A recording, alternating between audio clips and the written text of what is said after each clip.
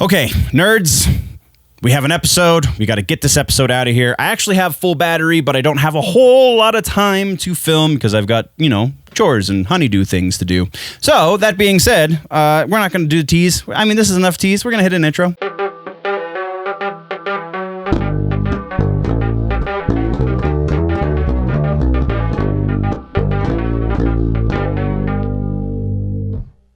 And no real housekeeping. Still got this guy over here. There might be some noise coming from the background. I've got new siding going up on the house. Still in the process of moving to the basement studio because I finally got that situated-ish. Once the outside of the house has been taken care of, then the basement will get a little bit more cleared out. So, all of that being said, that's what we got for housekeeping. Let's talk music news. We only have one thing in music news. Nekrogoblicon. That's right. The craziest band with a goblin mascot. One of the craziest bands to come out of the last few years because of the goblin mascot. They have confirmed that they are in fact working on a new record because quarantine, everyone's working on a new record. That's all we've got for music though, guys. And now we are talking about TV streaming. TV streaming actually only has a couple of things in it. And the first one might get me in trouble with the nerd community because it's about the football. Oh no, we're talking about jocks. It's not really. We're talking about The Rock, who is arguably one of the biggest nerds in movie making right now. To a certain degree. I mean, there's levels to it, but he's pretty nerdy, man. He Black Adam and whatnot. So, but The Rock just bought, The Rock and his capital company, the name of the company is Redbird Capital Partners. So his ex-wife is part of that as well. They just bought the XFL from Vince McMahon for $15 million. And they have said that they do anticipate bringing the league back next season, so 2021. There was not any details if they're going to change anything from the way McMahon had restructured the XFL, or if things were just going to stay the same and there was going to be in their hands now because presumably The Rock has more capable hands than Vince McMahon, but that is a whole other video. But yeah, that's all we've got there. We will be keeping tabs on that passively. We're not going to be doing too many updates probably on the XFL, but it is fun to talk about, and we're moving on. Next and finally for TV streaming is the show Hunters over on Amazon. The Nazi-hating show just got a second season, which is freaking awesome because it was not bad. I kind of really dug it, actually. So if you have not yet watched season 1, go over to Amazon Prime and do so because season 2 just got greenlit. But that's all we have for movies. Now let's move over, or that's all we have for TV. Now let's move over to movies. Oh boy, first day with the new tongue. I'm sorry, new lips, new everything. So yeah, we've got movies to discuss. We're actually starting on a down note for movies, and that is the passing of Wilford Brimley. Younger viewers might not recognize that name. If you are an older millennial or a Gen Xer watching this, thank you for joining me. But also, you will recognize the name because he has done quite a bit. He was from Utah, my home state. It's where I'm born and raised, kind of. But he was in a lot of movies, not the least of which being Cocoon, and probably the least of which being Hard Target with Jean-Claude Van Damme, which is kind of funny that Wilford Brimley's in a Van Damme movie. It's also a John Woo movie, so it's got that going for it. But yeah, Wilford Brimley was kind of awesome. No diabetes jokes because that is what took him from us. He was 85. And he will be missed. Wilford Brimley, we take a moment of silence to remember you. And then we have a couple of follow-ups and corrections to make for this episode. First follow-up, actually first correction is Splinter Cell. Last episode, we discussed it as being an actual thing, and technically speaking, this Splinter Cell animated series is not 100% confirmed, so it is still technically a rumor, though it is one of those rumors that is very likely to come true, so that's why there was confusion, because it was being reported on in such a way on very reputable sites that it was already a done deal. Not the case. Splinter Cell, not 100% confirmed, still rumor. And then the next thing is a follow-up. We're talking about Shang-Chi Shang-Chi and the Ten Rings. They just officially went back into production, according to Sydney News Station, which apparently has been breaking a lot of the stuff that's been filming down in Australia. Sydney News 7, I believe, is what it's called. So yeah, that's our corrections and follow-ups. Next, we're talking about Good and Evil. So gaming nerds, you will know Good and Evil is something of an I can't think of, my idioms are broken in my head. There's a word that I'm trying to find, but whatever. It is a diamond in the rough. It is a hidden gem, if you will. And it's not something that has the largest following, especially when it first launched. It kind of took a while to gain cult status, but now it definitely has cult status. Why are we talking about this in movies? Well, Netflix just announced, surprised everybody. There were no rumors around this. There was no anticipation for this. Netflix just announced that there is going to be a Beyond Good and Evil live action and animated series. It's not two different series. This series is going to contain both of those elements. It's going to be based on the prequel game and not the original game. So the second game, technically, that came out, but the prequel in the chronology of the mythology. So very interesting. Definitely going to be keeping tabs on this as more comes out, but that's all we got right now because it was kind of a surprise to everybody.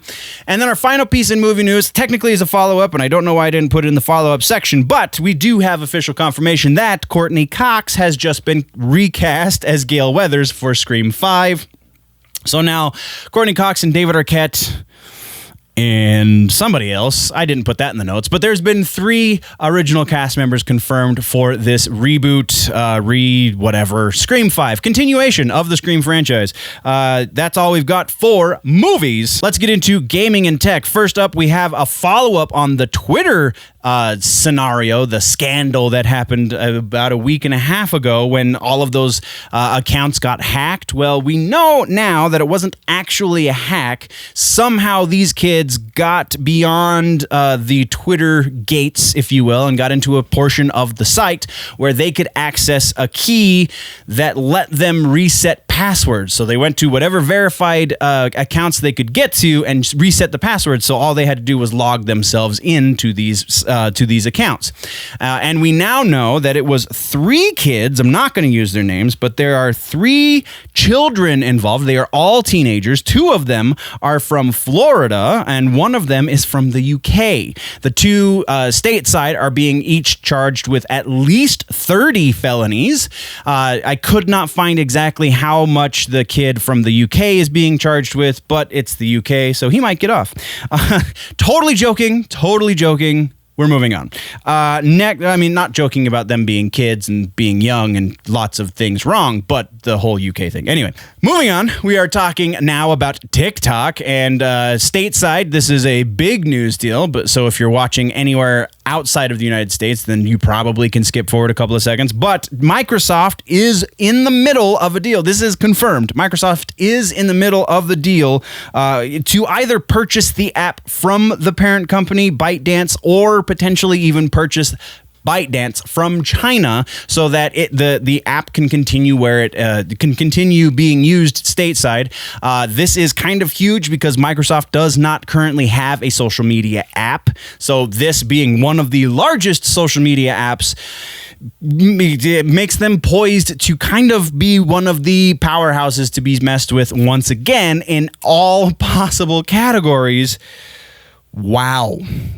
So that's what we've got there. We're moving on next to some next-gen console wars. We have PlayStation 5 and Xbox Series X making some interesting announcements in very interesting ways. First up, PlayStation 5, Sony announced that your PlayStation 4 controllers would not technically be compatible with the PlayStation 5. Yes, you can play your PlayStation 4 games with the PlayStation 4 controller on your PlayStation 5, but that is it. There is no actual backward compatibility for the controllers as far as new games are concerned. And once Microsoft heard this, they took to their social medias to poke fun and say, actually, our Series X, while the controller does have additional capabilities, you will be able to still use your Xbox One controller, although it's still limited. You will be able to use your Xbox One controller on a Series X to its full capacity with all of our games, as well as you'll be able to use a Series X controller on your Xbox One, should you want to do that for some reason. It will then, you won't get all the haptic feedback and whatnot, but you don't have that already, so you're not really missing anything, right? So very funny barbs back and forth between the two companies. It will be very interesting at the end of this year once, if they launch their next gen consoles.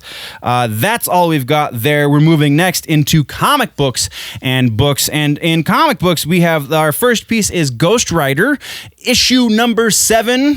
Came out in July. We have not seen much from Marvel since then for multiple reasons, which we've discussed on the channel, and now we have found out that issue 7 is going to be the last Ghost Rider issue for a while. It's been ostensibly canceled, but in the world of comic books, a series is only canceled for so long. Yes, they will restart the numbering, but it will come back eventually. But right now, it is no longer being written. The interesting question that this brings up is, what does that mean for all of the rumors that we've been discussing about Johnny Blaze and other different Ghost Riders potentially making their way over to the MCU? It'll be very interesting to see what implications that lays out and how they unfold. That being said, we are moving now over to Batman: The Adventures Continue. This is the continuation series from the animated series. So the Paul Dini and crew are the guys in charge of this, and we just got in chapter 9. Remember, this is digital first, and then a few months later you get the physical books. So each chapter is approximately half of an issue. So in chapter 9, which just came out, we have the official introduction, well, not introduction, but the official backstory for the animated series version of Jason Todd, which is, or the Red Hood specifically, but Jason Todd is the Red Hood, so there you go. It strikes very similar chord as another person in the Bat universe. It's the Joker, but it's not from the animated series Joker. It's very interesting. If you're not reading the Adventures Continue, man, you should, because I mean, come on, penultimate Batman right there. Let's get on it. And now rumors. Rumor mill. Disney. This is the biggest one we're going to be talking about. Disney is making some adjustments to the way they plan on making movies, according to this rumor. So, as it stands, everything is kind of in this weird limbo. Certain things are on hold because of where they're filming, and they can't do certain things because of Corona, and so on and so forth, blah, blah, blah, blah, blah. All of that being true, they are having issues making as much content as they would like for Disney Plus. Hence, everything keeps getting pushed back, and new movies keep getting pushed back. So what is a movie studio, a content studio, if you will, to do? And that is digitize your actors and make a convincing 3D world. That's the plan, according to this rumor. Reportedly, they are going to test out the tech to do this with a ride that is going it's going to be a Guardians of the Galaxy ride called Cosmic Rewind. From the screenshots that I've seen, hopefully I can get my hands on one or two of them and put it on the screen so you can see it. From the screenshots that I've seen, it's better than if they were to recreate the character from the ground up inside of a computer, but it's still not 100% photorealistic, so I don't know how convincing it's going to be, but it is a workaround if you're trying to make movies without actors. All you got to do is scan the actor in to the computer, and then you can do whatever you want with them. Then all they have to do is sit in a vocal booth, do all of their lines that way. Maybe you get some motion capture for the way their mouth moves, so on and so forth. Bam, you've got a movie. This tech being rumored to, again, they're beta testing it effectively for this Guardians of the Galaxy ride, and then they're going to make a young Indiana Jones movie if that goes well, and then from there there's another rumor that says they're going to make a young Luke Skywalker movie with the voice of Mark Hamill. So you can even make younger versions of actors this way too. So let's get into likelihood. Yes, I 100% believe that this technology is in a sort of beta testing scenario. Yes, I 100% believe that they are going to do this for a ride. Now, this is the less believable part. Making a movie out of this, probably not. I would say this is probably about a 30% likelihood that they are actually going to make movies this way. But as the quarantine extends, it becomes more and more likely because they are getting, like I said, very hard up for money, making things in this very interesting corona world we are living in. So as it stands right now, I'd say about 30% likelihood that they're actually going to go forward with movies with this tech, but that could change.